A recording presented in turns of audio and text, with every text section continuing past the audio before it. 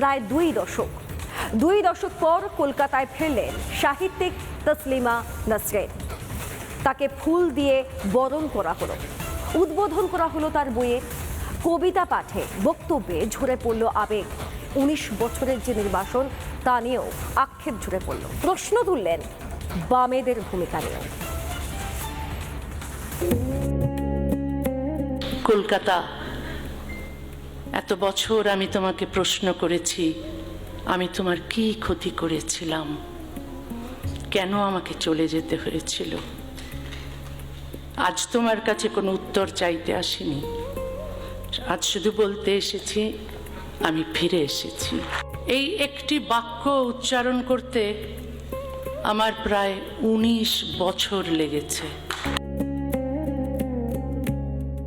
জানতে চেয়েছিলেন তসলিমা, হাততালিতে জবাব জানালো তিলোত্তমা। সেই কণ্ঠস্বর, মন্ত্রমুগ্ধ শ্রোতা।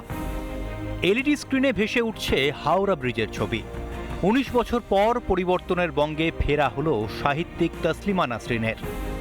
আমি এমন একটা দিনের স্বপ্ন দেখি যেদিন কোনো লেখককে তার লেখার জন্য পুলিশের পাহারায় চলতে হবে না, কোনো মুক্ত চিন্তককে সত্য উচ্চারণের অপরাধে দেশ ত্যাগ করতে হবে না।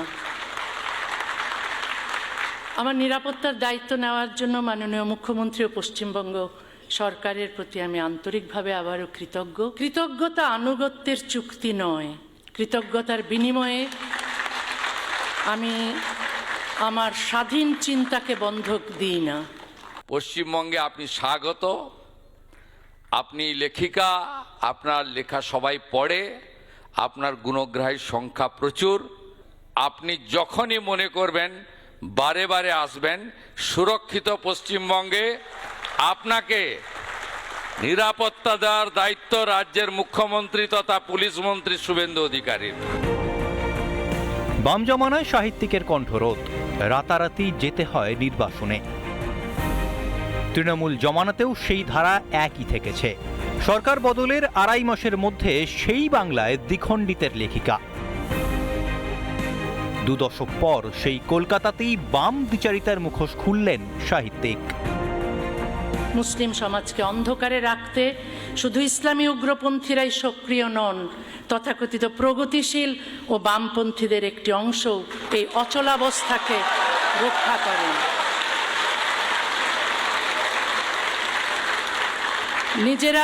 নিজেরা বাক স্বাধীনতা ও নারী পুরুষের সমানাধিকার ভোগ করেও ইসলামের সমালোচক ও সংস্কারকদের তারা মুসলমান বিদ্বেষী আখ্যা দেন। আমি অহরহ তাদের আক্রমণের শিকার হই। সংকীর্ণতার গণ্ডি ছাড়িয়ে মুক্ত চিন্তায় ধরা দিয়েছেন লেখিকা। তিলোত্তমায় প্রত্যাবর্তনের পর তাঁর কণ্ঠে ঝরে পড়ল সেই মুক্ত চিন্তার ভাবনা। একই দেশের নাগরিকের অধিকার ধর্মভেদে আলাদা হতে পারে না। ভারত ও বাংলাদেশ 2 দেশেই ধর্মীয় পরিচয়ের ঊর্ধ্বে অভিন্ন দেওয়ানি বিধি দরকার, তবে তা সংখ্যাগুরু ধর্মের বিধান নয়। সংবিধান, মানবাধিকার এবং নারী পুরুষের পূর্ণ সমতার ভিত্তিতে রচিত হবে নাগরিক আইন। ওপার বাংলার সাহিত্যিক, তাঁর কলম কাঁটা তারের বেড়া মানেনি। কলকাতা যেন তাঁর নিজ ভূম, আর সেই নিজ ভূমে পরবাসী হওয়ার যন্ত্রণা বারবার ডুকরে উঠেছে কবিতায়। কফি হাউসে ঠান্ডা কফি সামনে নিয়ে ঈশ্বরের চেয়ে বেশি ভাববো ঈশ্বরচন্দ্রের কথা। কথা ছিল, কথা কার সঙ্গে ছিল আমার? রবীন্দ্র সদন, লেকের জল, মেমোরিয়াল, মনুমেন্ট, কার সঙ্গে? সেই সব অন্ধকার দিন পেরিয়েছে।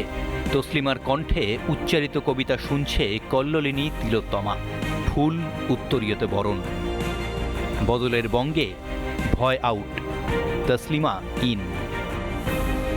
রিপাবলিক বাংলা। নানা ধরনের কন্টেন্ট দেখার জন্য লাইক করুন, শেয়ার করুন আমাদের ফেসবুক পেজ, সাবস্ক্রাইব করুন আমাদের ইউটিউব চ্যানেল। পাশাপাশি অন্যান্য ব্রেকিং নিউজের জন্য অবশ্যই চোখ রাখুন রিপাবলিক বাংলায়।